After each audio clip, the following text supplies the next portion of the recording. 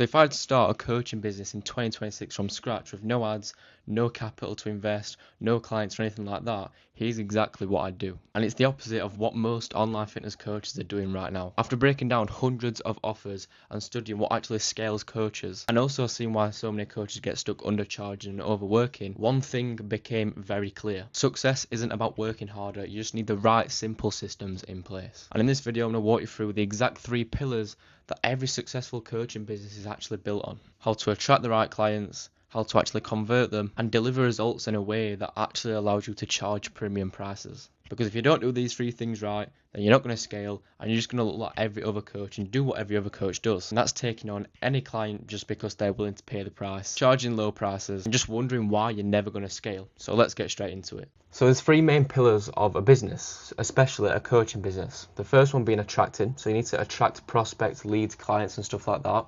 The second one being converting. You need to actually find a way and have a way to convert the leads and the prospects that you're actually attracting. And then obviously once you convert those people, you need to deliver the results that you actually promised. And when you have these 3 things, this part right here in the middle is what you call a perfect business. This is a perfect business model because you're attracting people, you're converting people, and you're delivering the result that you actually promised, meaning it's a full business model that actually works and gets the people that you attract and convert the result that they want. So as I was saying in this video, I'm going to give you the steps so that you can master those things in order to create a successful, scalable coaching business. So step 1 is you need to know who you're actually attracting. You need to know who you actually serve and who you're attracting. So you need to identify a specific niche. So most coaches at the moment, especially when you're only just starting out, just take on any type of client for the money and for the sake of it, just for having a client, which obviously when you're starting out isn't too bad, but when you're starting to wanting to scale, when you're starting to actually want to scale, you need to be targeting a specific person, because as I said, most coaches are just targeting any random niche, just people, men, just women, or just general people who want to lose weight. This is way too broad, which means you're going to be stuck charging low prices. Instead, you need to identify a type of client who benefits the most from your coaching. So someone who has real problems, someone who has real purchasing power, and someone who has real goals. Because then your offer can solve their problems.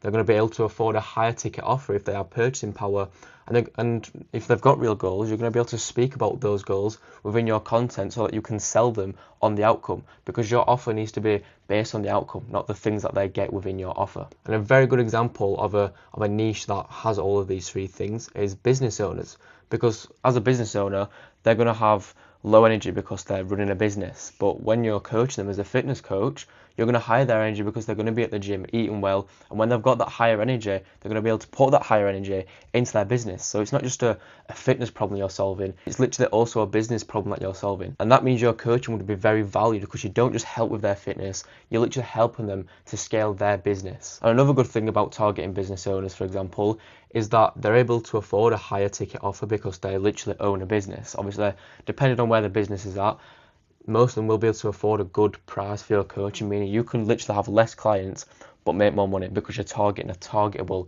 and profitable niche. So step 2 is just literally your offer. Your offer needs to be different and it needs to be unique, so you need to tailor it around your specific niche's problems. So obviously with an offer, it has its core pillars. So the core pillars of an offer, of a coaching offer, are training, nutrition, and obviously accountability, which is the support. So if we're keeping on the same niche as business owners, for example, a good idea of an offer for business owners will be training. So a training plan that's tailored around their busy schedule, because as a business owner, you might be attending meetings, they might have to turn up to work unnoticed and stuff like that, and they're just going to be genuinely very, very busy because they literally own a business. So you create a training plan that's tailored around their busy schedule. So nutrition, again, they're going to be super, super busy. So you need a meal plan that allows them to eat healthy whilst being busy, because a lot of business owners are out of shape because they're that busy. When they get home, they feel tired and they don't want to cook healthy meals. So they just eat shit, you know what I mean? So a nutrition meal plan that allows them to eat healthy whilst being busy will be perfect for a busy business owner. And then obviously third, you've got your accountability and support. You can't really change this because within every coaching offer it needs to have this, but for a busy business owner, they might not even have time to get on a call weekly or something like that. That's how busy they are. So you might want to do message check-ins weekly as they may be busy, and then you might want to have monthly calls rather than having weekly calls or something like that. So I actually made a whole video on how to create a premium offer and the exact deliverables, which are these things you need to implement. And it's called How to Actually Scale a Fitness Coaching Business. So if you want to create an offer that you can use to scale with, then go on my page, look for that video and help you out to create a fully premium offer. So the pricing of your offer then. So the price point needs to be 1K to 3K. Just hear me out. And the duration of the offer needs to be 12 to 16 weeks, so a 3 to 4 month program. And this is going to allow you to, like I said earlier, literally have less clients but make more money because you're actually charging higher ticket here. But when you're charging higher ticket, it actually benefits the client more because when you're charging a higher price, they're actually going to take your coaching seriously, meaning you're obviously going to get them the result they want. Whereas if you're charging like, I don't know, $100 a week or $100 a month even, they're probably not going to take your coaching seriously because it's that low of a price where they don't take it seriously. For example, I've literally just been talking with a prospect, and he said he's done charging $250 a month because clients don't take his coaching seriously enough to the point where they get the results. Well, that means he's not getting no client results, he's not getting no testimonials, meaning he's literally holding himself back from getting no clients, which means he's literally holding himself back from getting more clients because he's charging that low of a price. So when you're charging this price for a program that's 12, 16 weeks, you can literally again make more without doing any extra work. And this is a little bonus, but if they can't pay in full, you can do something called a split pay. So for example, if you're charging 1.5k for a 12-week program, so 3 months, and they genuinely can't afford it because of some financial issue or something, then you can do a split pay of 500 per month for 3 months. This is just a bit more lenient for the client. But I just want to say, do not charge less than $1,000 for the full program, so the full 12 to 16 week program, because doing that means you're literally just going to be earning money from the amount of work you're doing, which you don't want to do that because that's not a scalable business. Because in this video I'm trying to show you how to create a scalable business, not a business that just leaves you stuck. So you might be thinking, why would anyone still pay me 1k, 2k, maybe even 3k for an online program? Well, it's simply because your offer needs to have an outcome with a deadline. And what I mean by this is here. For example, look, this is a specific outcome with a specific deadline. This is a specific offer because you've got a specific outcome with a specific deadline, meaning clients are more than likely going to get that result. And that's the thing that clients pay for, getting the result that they genuinely want. And this is the thing that allows you to charge a high ticket offer, which is between 1k and 3k, as I said earlier. Whereas with your lower ticket offers here, they're too vague. You don't really have a specific outcome or a deadline, meaning you can't charge a higher price because the client isn't likely to actually get the result they're looking for. And with your low ticket offers, they're that low ticket, you're probably charging weekly or monthly. And if you're charging weekly or monthly, your client's probably not going to get that result in that amount of time. Whereas with a higher ticket offer, you're working with them to 3 to 4 months, and it's super realistic to get the result they want within 3 to 4 months. So that's why a high ticket offer just makes a lot more sense when it comes to starting out, or even if you're just trying to scale that a bit further in 2026. So step 3, we're moving through this quite fast, but it's literally this simple. So now you've got your niche and your offer, it's about actually generating attention for your offer. So first of all, you need to optimize your Instagram profile before doing any content, before doing any outreach or anything like that. And you're going to do that with your bio. So your bio needs to make sure people understand what you do, who you serve, and how to work with you. And then you need to optimize your pinned posts. You need pinned posts. These are the things that are going to warm up cold viewers every single day for you automatically without you having to do anything. So you need a My Story pinned post that tells people about your story, where you came from. It just builds that trust and authority and makes sure people actually trust you. You also need a value/outcome based post. This is about your offer and the outcome that it actually delivers. And you also need a proof post. This is obviously a client result, a client testimonial, or something like that. And if you're only just starting out, you don't really need to do this one, obviously. This is a conversion system, a 24/7 conversion system, because it just warms up cold viewers because they understand what you do, who you serve, and how to work with you. And that's what all this does. It's a 24/7 conversion system, and you're going to feed the system by doing cold outreach and short form content. And then when you do that, people are going to check out your profile, so they're going to go right back into the profile, and it's one big system where it just keeps never ending. It's like one big loop. I just want to say, when I actually optimized my Instagram ecosystem, the reply rates increased simply because I optimized my Instagram ecosystem. 80% of the replies were simply because people checked out my page, and only 20% of the replies were simply because of the message itself. That's how much optimizing your page changes your reply rate and just helps you get more clients and warm leads and stuff like that. And it's so powerful when you actually optimize your page correctly. And so when you optimize your page, you need to feed the system, as we've just said, and that's going to come from doing cold outreach, which you're going to go over a little bit later on. That's step 3 or 4, I think. And then obviously short form content. This is very, very important. So your content needs to be authentic, so authentic to you, to make you different and unique, because you don't look like every other coach out there. It needs to be educational, and it needs to be value driven. And on the point of being authentic, I don't mean you need to come up with your own content ideas and stuff like that.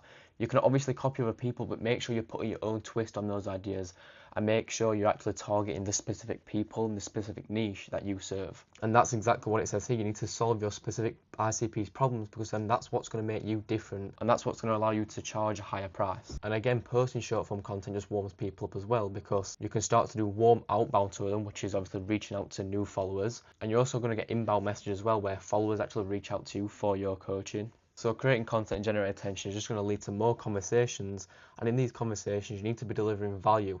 And that's going to come from giving lead magnets like, I don't know, YouTube assets, for example, sending over YouTube videos that actually help their problems out to build that extra trust. And when you build more trust and you give that much value within your content, people are just going to trust you, and they're probably not even going to think that you're trying to sell or pitch them anything. And this is why this is perfect to get people on calls, because you can just position the call as that you're helping them out. And that's part of my philosophy, is just literally giving that much value to the point where people trust you and are willing to get on a call with you. It's like the analogy, jab, jab, right hook. Give that much value, give that much value, give that much value until you can pitch the call. And then when you've got them on a call, it's just about converting them into clients, obviously. So that leads me on step 4, which is obviously converting attention through outreach, because most coaches won't have the capital to invest into ads just yet. So the only thing that you can do is outreach, really, unless you can invest into ads, but you probably don't even really know what you're doing with ads. And outreach is just as powerful as ads if you've got the right strategy. So the system that I use is called the anti-pitch method. So you're literally saying you're not looking to pitch, but obviously later on down the line, when you've built that much trust, you will obviously try and pitch them, but only when it feels right to. So opening the message for this method looks like this. You want to disarm them right away. You want to let them know that you're not here to sell, and you get too much of that yourself. That just builds trust, because you get it as well, and they're going to trust you because it just sounds like you're not here to do it because you get too much of it yourself. 2, you want to make a small personal connection. You might want to say something about their niche, about their lifestyle, about their content, or what you've noticed about their page or something like that. And then 3, you just ask permission to send a short video or voice note to introduce yourself. This shifts the conversation from text to voice/video, which builds trust. When they hear your voice, and when you send a voice note as well, you can't actually see what they've said, so it builds extra curiosity, and people are more likely to actually see and listen or watch it, you know what I mean? So the intro, video or voice note. So once they give you permission, this is where a short 35 to 45 second voice note or video works insanely well. You can film this once and use it again. It just needs to be a selfie style video. It needs to be as if you've literally just filmed it there and then. Because if you're in a high production setup, people are going to know that you haven't just filmed it. So you need to just act as if you've just filmed it by just recording your phone like that, holding it and speaking to the camera. Or if it's a voice note, you can do that anywhere, obviously. So the goal for this isn't trying to pitch, it's just to make the conversation feel human. You want to understand their problems, but in a human way, and you want to understand where they want to be and that kind of thing. So this is the flow of it. So if you want to say thanks and appreciate that they actually let you send over the voice note, so you acknowledge them for being open to actually speaking with you. And then 2, you want to reassure them that it's not a sales pitch. This drops their guard immediately. You're clarifying it again, but this is when you stop saying that, because if you say that many times, people know you are there to pitch. So after you send this voice note, you stop saying it there and then. And then obviously you want to briefly introduce yourself, because that's the point of the voice note or video. And you want to explain who you help and what you help them achieve. Not the whole offer, just enough context so they understand what your business does and obviously what you do. And then 4 is you want to make it about them. People love speaking about themselves, so you want to invite them to share what they're working on, or if they're struggling or anything. For example, you might want to say something like, I'd love to learn more about you and see if I can actually give you some useful information to point you in the right direction. And then after that, you want to ask permission to ask a couple of questions. This keeps the theme of being consensual, low pressure. And since you're asking permission for this and it's just very open and human, people are more than likely going to say yeah, and they are going to want to speak to you, because no one's going to say no to free value. So this puts us into the qualification/messaging part. So this is where you qualify the people, and this is where you understand if they would actually be able to benefit from what you have to offer. So the first thing you want to do is build rapport, and you want to just have a genuine connection and build a genuine conversation going.